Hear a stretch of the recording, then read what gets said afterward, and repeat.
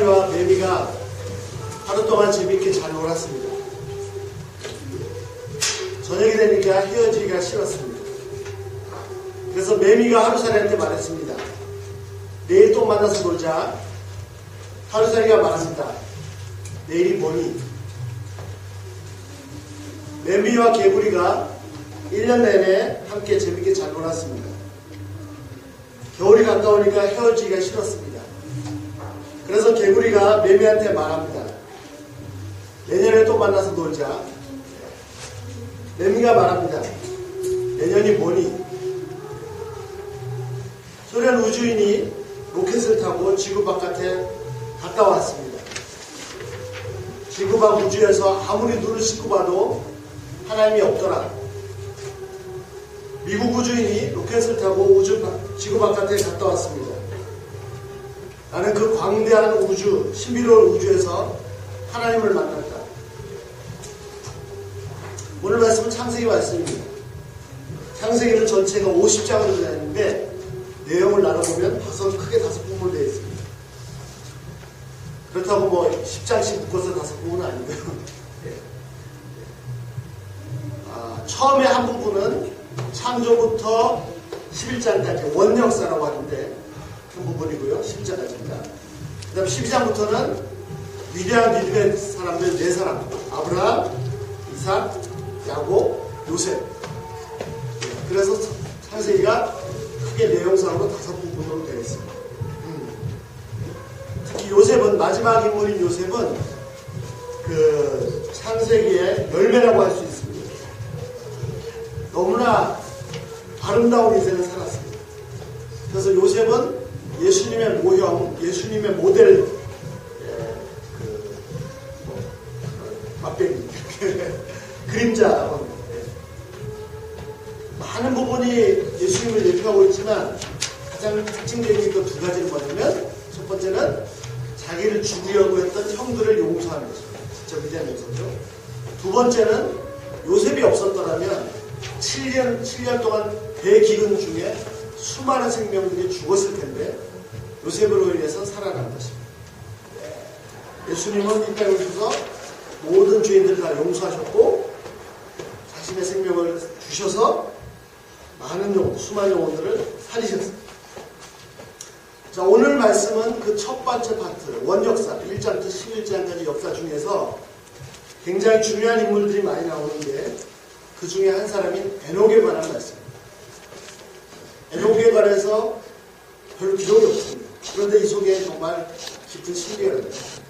창세기 보시면 별로 재미없는 내용이 2가지 있는데 5장에 나오는 이 족보, 아담이 셋을 낳고 누굴 낳고, 그 다음에 11장에 가면 또 노아 후손 중에 셈을 통해서 누구누구나 아브라함까지 이렇게 족보가 있습니다.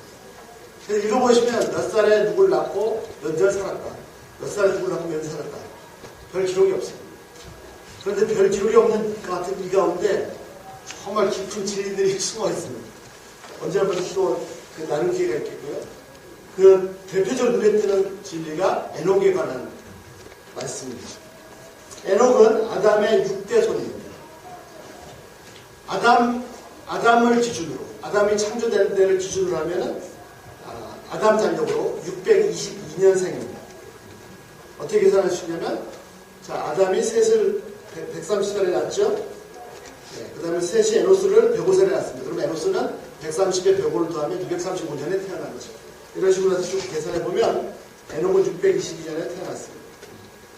그리고 그가 65세가 되었을 때 아들을 낳았습니다. 그리고 그 이름을 무드셀라라고 했습니다. 65세에 무드셀라를 낳았으니까 622년에다가 65세를 더하면 무드셀라는 687년에 태어나는 것입니다. 그리고 아담은 930세, 아담 달력으로 930년에 죽었습니다. 그래서 이걸 쭉 계산해보면 아담이 라멕까지 8대손까지를 봤습니다. 살아서. 왜냐하면 8대손도 아담이 930년 죽기 전에 태어났습니다. 그리고 아담이 죽은 후에 태어난 첫 번째 사람이 노아입니다. 노아는 1056년에 태어났습니다. 자, 아담은 유일하게 창조된 사람입니다. 그리고 인류 중에서 타락하기 이전에 에덴에서 살았던 사람입니다. 하나님과 굉장히 친밀한 교제 가운데 살았던 사람입니다. 하나님과 함께하는 그 삶이 어떤 삶인지 온 몸으로, 온 영혼으로 체험했던 그런 사람입니다. 그래서 타락한 이후에 죄가 들어온 상태에서 그 후손들이 그 상태를, 에덴의 상태를 이해하기가 힘듭니다. 가인과 아벨의 경우를 보면 알 수 있듯이 아담은 타락한 후손들에게도 계속해서 에덴의 삶을, 또 하나님을, 또 제사에 대해서 이렇게 전해준 것 같습니다. 그래서 가인의 후손들 말고 이 믿음의 후손들, 아담의 후손들에게는 계속 이 하나님께 대한 예배와 믿음에 대해서 또 천상에 대해서 전해 주었을 것입니다. 자, 그런데 이렇게 누가 누굴 낳고 몇 년 살았다 이렇게 기록이 가는데 오늘 본문에 보시는 것처럼 에녹의 인생에는 좀 특별한 기록이 있습니다. 그는 아까도 말씀드린 것처럼 65세, 즉 687년에 무드셀라 아들을 낳았는데 그가 무드셀라를 낳은 후에 300년 동안을 하나님과 동행했습니다. 하나님과 함께 걸었어요. 함께 살았어요. 돈으로 한 것은 300년 동안 하나님과 동행하는 300년 동안 동행했는데 300년 동안 하나님과 동행했다는 것도 대단한 것이죠. 저도 참 이렇게 말씀 받고 은혜 받고 몇 시간 잘 지내다가 일주일커녕 며칠도 못 지나서 또 가지고 그러는데 300년을 동행하니까 너무 기뻐하셔서 하나님께서 그를 죽음을 보지 않고 데려가셨기 때문에 이 땅에 보이지 않았습니다. 성경에 나오는 인물 중에 두 사람, 에녹하고 엘리야 두 사람이 죽음을 보지 않고 하늘로 올라갔습니다. 엘리야는 불전차, 불병거라고 하죠. 하늘로 올라갔습니다. 모세의 경우는 죽었다고 되어 있습니다. 그런데 기록에 보면 그러나 그 무덤을 찾을 수 없다. 그래서 모세도 혹시 그 산에 올라가서 죽었다고 되어 있는데 무덤 찾을 수 없다고 해서 산에 올라갔지만 죽음 보지 않고 옮긴 거 아니냐 뭐 그렇게 얘기하는 경우도 있습니다. 자, 그런데 특이한 점은 뭐냐면 에녹이 살다가 65세가 돼서 아들을 낳은 후에 하나님과 동행을 시작했다는 거죠. 왜 그전에부터 동행하지 않고 아들을 낳은 후에 하나님과 동행하더니 300년 동안 동행이 계속됐고 하나님께서 그를 데려가셨습니다. 자, 힌트 단서가 어딨냐면 그 아들의 이름에 있습니다. 아들을 낳았을 때 그 이름을 무드셀라라고 지었습니다. 무드셀라란 말은 두 단어가 합쳐진 합성어입니다. 모트, 즉 죽는다는 말이죠. 그 다음에 샬라스, 원래는 보낸다는 뜻으로 말씀인데 쏟아진다는, 여기서는 부문에 쏟아진다는 말입니다. 그래서 이 두 단어를 합성해서 해석을 하면 그가 죽으면 쏟아진다는 말입니다. 이 무드셀라는 성경에 나오는 인물 중에서 아담보다도 더 오래 살아요. 가장 오래 사는 사람. 969년을 살았어요. 그의 조상들은 물론이고 당연히 무드셀라보다 먼저 죽었죠. 그 아들 라멕도 무드셀라보다 먼저 죽었어요. 그가 죽던 해를 계산하면 아담의 달력으로 1656년입니다. 그런데 한번 이 계산을 좀 해보세요. 1656년이 언제냐면 홍수가 나더니 노아가 600세 되던 해 홍수가 났어요. 하늘 물결에 하늘에 쏟아지고 땅에서 물이 터지고 온 세상이 다 물에 잠겼어요. 그러니까 그의 이름대로 그가 죽으니까 쏟아졌어요. 대홍수가 일어났어요. 이 사실을 통해서 우리가 알 수 있는 것은 뭐냐면 그 디테일한 내용은 안 나와 있지만 에녹은 아들을 낳으면서 하나님께서 그의 이름을 무드셀라라고 붙이라고 하시면서 이 세상에 대한 하나님의 최후의 심판의 메시지, 그 심판의 메시지를 들은 것입니다. 그리고 그의 인생이 완전히 바뀌었어요. 완전히 바뀌었고 그의 인생 전체를 하나님께 전부 투자했어요. 하나님과 동행하는 삶의 모든 것을 가졌어요. 그 전까지는 아마 그도 평범하게 열심히 하루하루 살았을 것입니다. 그런데 하나님이 전도했어요. 그래서 하나님과 동행했고, 우리 아까 대표도 얘기했지만, 하나님과 함께하는, 자그마치 300년 동안을 동행하더니, 하나님께서 그를 너무너무 기뻐하셔서 그를 데려가심으로 이 땅에서는 그를 더 이상 볼 수가 없게 됐습니다. 자, 그럼 이 무두셀라에게 일어났던 이 일, 에녹이, 죄송합니다. 에녹이 아들을 얻으면서 일어났던 이 변화를 좀 더 자세히 볼 수 있는 그런 것이 없을까? 먼저, 디테일한 거 보기 전에 한번 내용을 잠깐만 살펴보세요. 자, 그렇습니다. 심판의 메시지. 모든 일은 그 시작이 있으면 반드시 그 끝이 있습니다. 한 사람의 인생의 시작이 있으면 반드시 끝이 있습니다. 마찬가지입니다. 역사의 시작이 있으면 반드시 그 끝이 있습니다. 그런데 예수님 말씀처럼 노아 시대 때도 사람들이 먹고 마시고 시가로 자라고 했던 것처럼 시작은 있었지만 끝은 있을 거라고 생각하지 않습니다.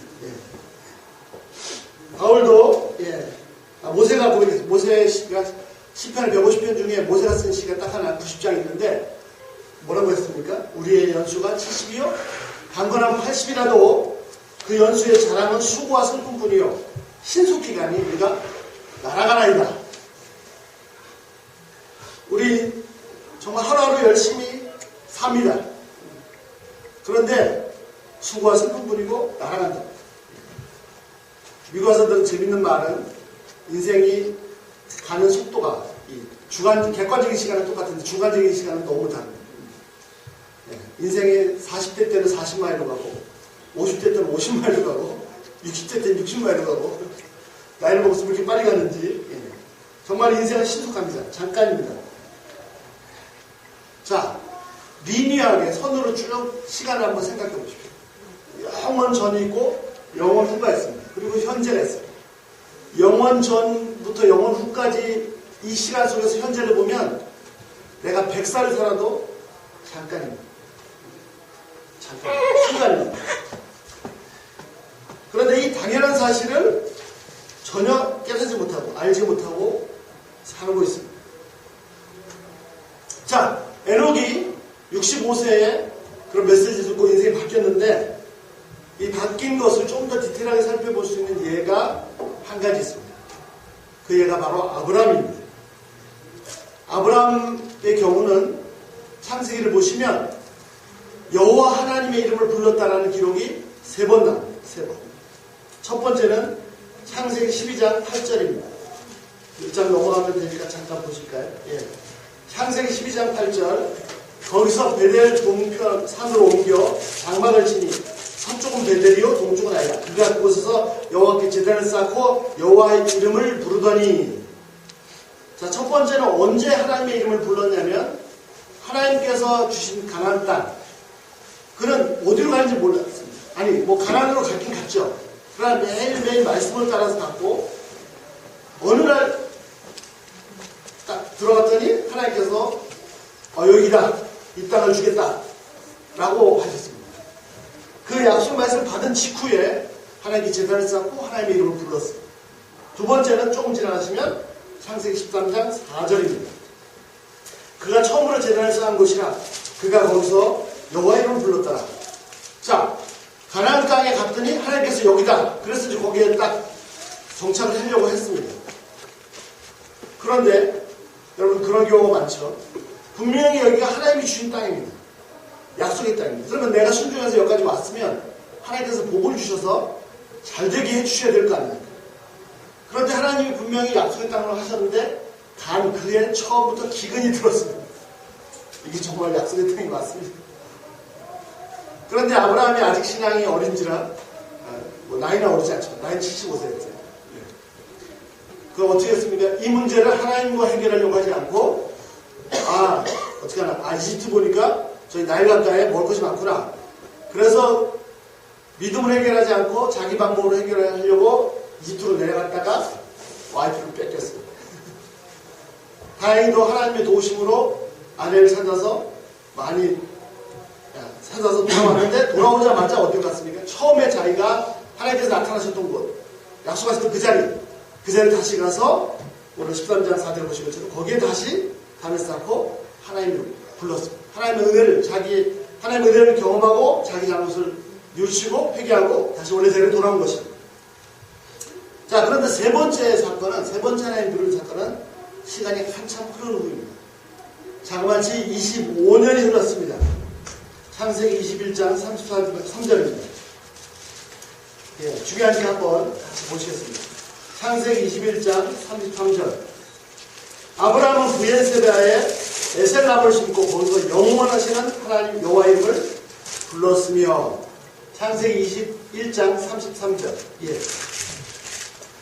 자, 이때는 언제냐면 75세 때 신앙 출발해서 86세에 이스마엘 얻고 하갈 목적을 통해서 그 다음에 또 한참 지나서 100세에 이삭을 얻은 다음에 어떤 사건이 있었냐면 그 지역에 굉장히 유력한 왕인 아비멜렉이라는 왕이 있었어요. 예. 아비멜렉, 아비는 아버지라는 아브라는 말이고 멜렉은 왕이라는 말이에요. 예. 그 왕이 있었는데 항상 지금까지 아브라함이 눈치를 보고 살았는데 예. 이제는 이 아비멜렉이 자기 나라의 군대 총사령관 비고를 데리고 와서 찾아왔습니다. 그리고 우리 서로 평화협정을 맺자. 예. 그런 일이 있었습니다. 그러니까 세 번째 부른 것은 이삭을 얻고 그 다음에 이렇게 다른 나라에서 스스로 먼저 찾아와서 협정, 이 사건 이후에입니다. 그는 하나님의 이름을 불렀습니다. 그런데 25년이 지난 이 세 번째 하나님의 이름 부를 때는 앞에 두 번과 크게 다른 점이 있습니다. 그것이 뭐냐면 세 번째는 21장 33절을 보시면 거기서 영원하신 여호와의 이름을 불렀으며, 앞에 두 번은 그냥 여호와 이름을 불렀습니다. 여호와 이름을 불렀습니다. 그런데 세 번째는 영원하신 여호와 하나님을 불렀습니다. 그렇습니다. 그는 영원하신 하나님을 만나는 것입니다. 아니, 당연히 하나님이 영원하신 분이시지요. 예. 그렇습니다. 하나님은 당연히 영원하신 분이십니다. 그런데 지금까지 아브라함도 당연히 하나님이 영원하신 분인 줄 알았습니다.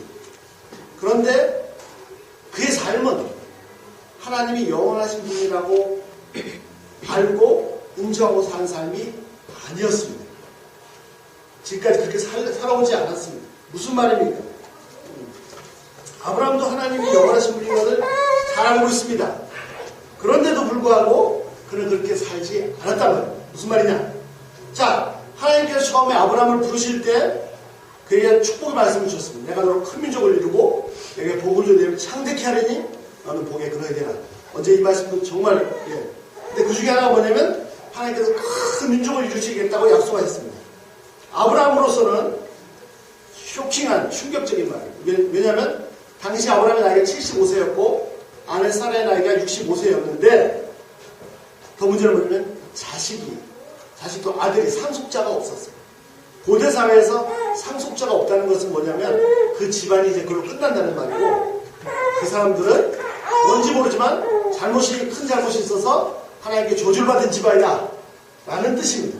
그러니까 이 상속자 문제는 굉장히 심각한 문제입니다. 그런데 하나님께서 그를 부르시면서 하신 말씀이 너한테 상속자 하나 주겠다가 아니라 내가 너 큰 민족을 이루겠다. 하늘의 별과 같은 후손들, 바닷가의 모래 같은 후손들을 주시겠다고 약속했습니다. 이게 웬 행제입니까? 그러면 당연히 상속자는 당연히 해결되는, 그 안에 묻혀서 해결되는 거죠.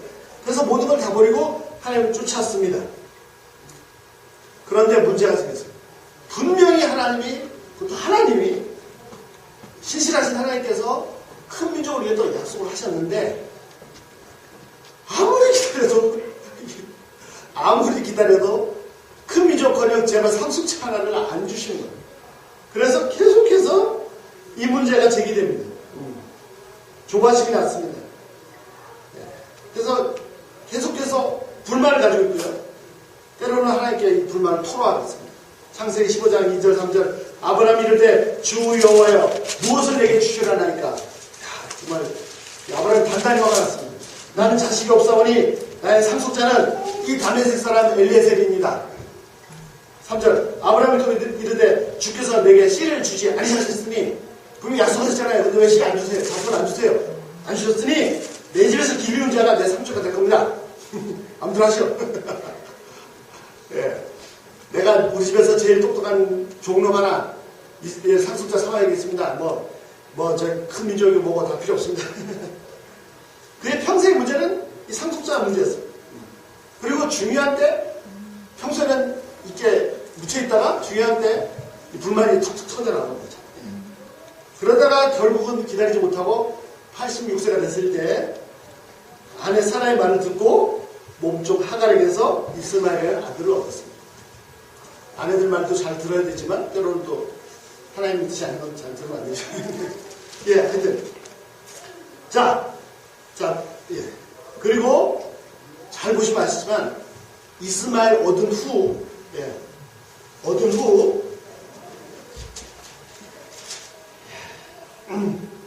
이스마엘을 얻은 후 16장 끝에 16장 16절에서부터 17장 1절 사이 한 절 사이에 13년이라는 공백이 있습니다.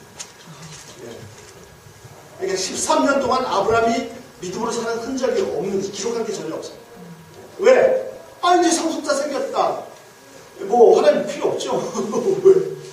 하나님 13년을 기다리다가 99세 때 딱 나타나요. 그리고 이제 분위기가 안 좋았어요. 너는 내 평생에 완전 똑바로 해놨다. 어쨌든, 예. 그러니까 하나님이 약속대로 된 것이 아닌데 이스마엘 하나 얻었다고 이제 그렇게 사는 것입니다. 예. 그러다가 하나님이 처음 주신 25년 후에 아브라함 나이 100세에 사라의 몸을 통해서 이삭을 얻었습니다.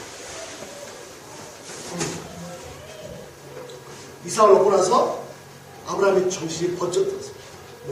무슨 정신? 하나님은 영원하신 분입니다. 이게 무슨 말이죠? 그는 계속해서 약속하셨지 않습니까? 상속자 언제 주세요? 왜 빨리 안 주세요? 그러다가 에이 내 이 종이 상속될 겁니다. 그러다가 몸쪽으로 해서 얻었지만 그래도 내 자손이니까 이스마엘이구나. 그리고 덜커덕 이스마엘 낳고 살았습니다. 그러나 이스마엘은 하나님이 약속한 상속가 아니었습니다. 아브라함은 부딪히는 그 순간순간을 살아온 것입니다. 순간순간을 살아온 것입니다. 이것이 인간의 한계입니다. 인간의 미래를 전혀 알 수 없습니다. 그래서 다 부딪히는 대로 하루하루 살고 있습니다. 순간에 살고 있습니다. 인간은 어떻게 보면 그 순간의 존재입니다. 그러나 하나님은 순간의 존재가 아니시란 말이죠. 하나님이 인간처럼 시간이 종속되는 분이 아니고요. 시간을 초월해 계신 분입니다. 하나님께는 과거나 현재나 미래나 다 현재입니다. 다 현재를 보세요. 영원 전부터 영원 후까지 모든 것을 다 현재로 다스리십니다. 자, 그러므로 하나님께서 아브라함이 75세 때 하늘의 별과 같고 바닥의 모래 같은 후손을 주기로 약속하셨으면 그것이 현재로 된 것입니다. 아브라함은 약속을 못 잡았지만 순간순간 살았습니다. 빨리 상속자 주세요. 왜 빨리 안 주시는 거예요? 이 몸종을 통해서 얻은 건 상속자겠죠. 예. 이렇게 살았어요. 그러나 하나님은 그분이 아브라함 부르시면서 약속하셨을 때, 아브라함을 약속하셨을 때 그때 이제 100세가 되면 이삭을 주시고 그 다음에 또 야곱을 주시고 야곱을 통해서 12지파가 이루어지고 그 다음에 12지파가 이집트로 내려가서 400년 동안 살다가 정말 한 민족을 이루고 돌아온다. 이 마스터 플랜이 벌써 75세 부르실 때부터 다 가지고 계셨던 것이에요. 아브라함은 순간순간에서 왜 빨리 상속자 이렇게 살았는데 하나님은 전체를 다 현재로 보고 관장하고 계신 분이셨어요. 하나님은 순간순간 사시는 그런 존재가 아니라 영원하신 분이었단 말이에요. 그리고 이제 그분의 스케줄대로 시간만 지나면 스케줄대로 착 다 이루어집니다. 만약에 우리가 하나님이 영원하신 분임을 안다면 내가 그 스케줄을 다 몰라도 그냥 오늘 왜 이래 오늘 왜 이렇게 살지 않고 하나님을 신뢰함으로 그 하나님의 큰 플랜 안에서 하나님 지금 이렇게 운행하고 계시구나 정말 여유있게 관주하면서 할 수 있을 것이란 말입니다. 아브라함이 100세가 돼서 이삭을 딱 얻고 나니까 하나님은 그런 분, 하나님은 원하신 분이었구나. 이것을 깨닫게 된 것입니다. 그러고 나서 그의 인생이 완전히 바뀌었어요. 그 전까지는 계속해서 막 왜 해주세요. 이제 됐다 이삭을 딱 얻고 나서는 영원하신 하나님을 만난 거죠. 그 인생이 완전히 바뀌었어요. 어떻게까지 됐습니까? 이삭의 아내를 구해와야 됩니다. 종을 보냅니다. 만약에 그래서 안 오면 어떡할까요? 괜찮다. 하나님께 책임질 것이다. 그 정도 아니죠. 하나님 오셨습니다. 이삭을 바쳐라. 예. 나는 그 영원하신 분의 계획을 전체를 다 모르지만 이것도 어떤 특별한 뜻을 가지고 계시다. 하나님 영원하신 분이 그 특별한 움직이신다. 과거처럼 막 이거 드리면 어떡하고 나는 어떻게 돼 이렇게 살지 않는단 말입니다. 이 땅에 똑같이 과거와 똑같이 발을 들이고 살고 있지만 그는 이제 하늘에서 천국에서 하나님과 함께 하나님의 눈으로 세상을 볼 수 있게 된 거죠. 100세 이상으로 신실하신 하나님 25년 전에 75세 때 약속했던 그분이 정확하게 이루시는 것을 보고 비로소 영원하신 하나님을 만난 것입니다. 하루살이 인생에서 내일이 뭐니 내년이 뭐니 하루살이 인생에서 영원을 사는 인생으로 바뀐 것입니다. 우리가 구체적으로 에녹의 인생에 어떤 일이 일어날지 모릅니다. 그러나 이 아브라함 인생의 변화를 통해서 에녹의 인생에서 무슨 일이 일어날 것이다 볼 수 있습니다. 그도 아마 65세 아들을 얻으면서 하나님의 공의를 심판의 메시지를 들었습니다. 그가 죽으면 쏟아진다. 홍수 심판의 메시지를 들었어요. 종말이구나. 이 세상이 영원한 것이 아니구나. 그리고 그의 인생이 완전히 바뀌었습니다. 이 세상의 모든 것은 다 사라져버릴 것입니다. 그는 지금까지는 자신의 것에 매일 전부 투자했습니다. 그런데 이제는 영원한 것을 영원하신 하나님께 모든 것을 다 투자했습니다. 지난번에 살펴봤죠. 이사야서 4장 말하는 자의 소리여 이르라. 대답하되 내가 무엇을 외치니까 이르되 모든 육체는 풀이요 모든 아름다움은 꽃과 같으니 푸른 말고 꽃은 시드나 우리 하나님의 말씀은 영원히 살리라. 그렇습니다. 모든 것은 다 사라져버릴 것입니다. 그러나 오직 하나님의 말씀만은 영원합니다. 돈도 명예도 성공도 온갖 좋은 것도 다 사라집니다. 잠시 후 종말이 옵니다. 예수님이 오심으로 역사의 종말이 옵니다. 이 역사의 종말을 정확히 알고 이 기준에서 현재를 바라보고 현재 내가 어떻게 하는 것이 가장 지혜로운 삶인가 살아야 될 것입니다. 오직 하나님만이 영원하십니다. 잠시 있다가 사라져버릴 것에 투자하지 말고 영원하신 하나님께 투자해야 됩니다.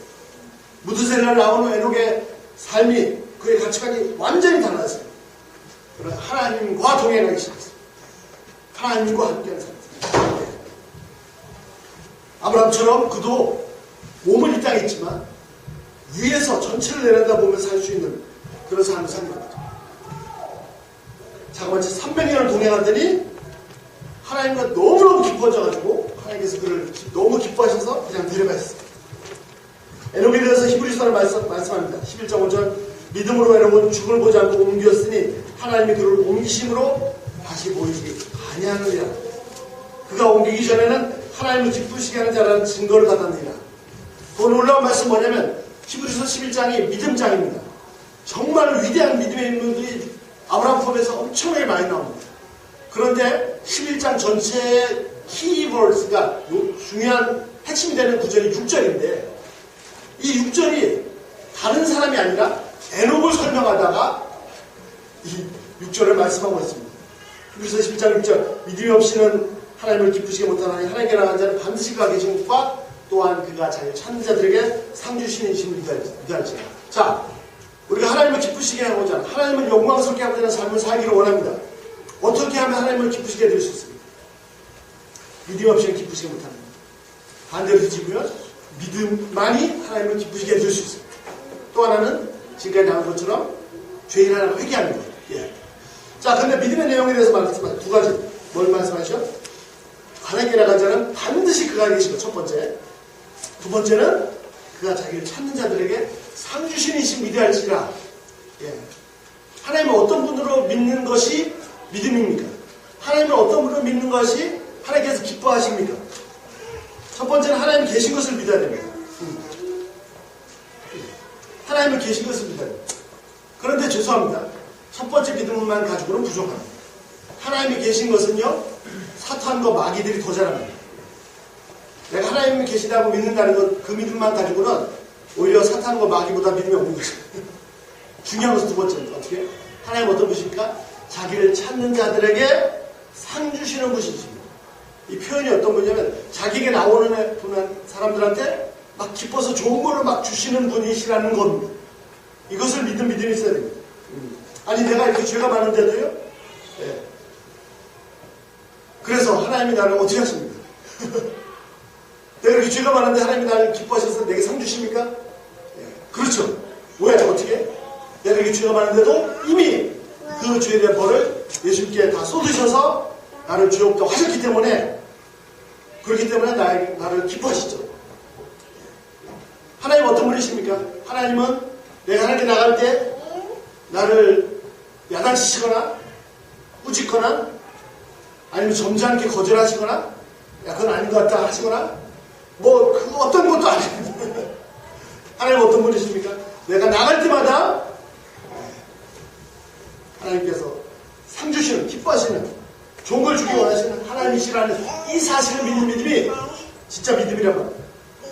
그리고 하나님과 함께하는 동행의 기본이 바로 이 믿음입니다. 예. 어떤 믿음이에요? 하나님 어떤 분이십니까? 예. 하나님 정말 나를 기뻐하시는 분, 내게 상 주시는 분이십니다. 나의 모든 죄를 다 용서하셔서 그 아들을 주시까지 내가 상상도 하지 무한대로 나를 사랑하시는 분이십니다. 예. 이것은 무슨 제 주장도 아니고 누구 얘기도 아니고 성경의 증거, 예수님 십자가 쪽에서 분명히 확증된 사실입니다. 절대 하나님을 다른 분으로 오해하지 마. 절대 오해하지 마. 하나님은 나를 너무너무 기뻐하십니다. 이 믿음이 하나님을 기쁘시게 해줄 수 있어요. 자, 결론입니다. 하루살이처럼 사는 사람이나 하나님과 동행하면서 영원을 사는 사람이나 겉으로 보기에는 똑같은 삶을 살 수도 있습니다. 똑같이 밥 먹고 똑같이 일하고 똑같이 공부하고, 그러나 보이지 않는 그의 내면은 완전히 다릅니다. 하루살이는 자신을 의지하고 영원을 사는 사람은 하나님을 의지합니다. 하루살이의 인생의 목적은 자기 성공입니다. 영원을 사는 사람의 인생의 목적은 하나님 그분 자체입니다. 하나님 자체를 기뻐합니다. 하나님으로부터 오는 어떤 것이 아닙니다. 저희도 저희 삶에서 믿음으로 하나님과 동행함으로 말미암아 에녹처럼 정말 하나님께서 너무너무 기뻐하시는 사람이라고 그런 증거를 얻을 수 있기를 기도합니다. 다윗도 하나님이 너무 기뻐하시는 사람이죠. 예. 자, 나는 나 자신의 선행이나 의로운 어떤 것, 내 자신의 공로가 아니고 예수님의 공로 때문에 하나님께서 무한정 기뻐하시는 사람이 됐습니다. 예. 나갈 때마다 상 주시는 그런 하나님, 내가 그렇게 됐습니다. 예. 내 모습 때문에 하나님께서 나를 기뻐하시는 것이 아니고 나를 위해서 생명을 주신 예수님 덕분에 예수님이 너무나도 완벽하신, 의로우신, 거룩하신 모습 때문에 하나님은 나를 무한히 기뻐하시고 나를 보시고 기뻐하셔서 어쩔 줄 몰라 하시는 그런 하나님이십니다. 아멘? 아멘. 예, 감사합니다. 제가 한 가지만 저도 참 놀랐는데요. 예. 본인이 있어서 죄송합니다. 우리 주장님. 예. 저는 그런 경험이 없어가지고.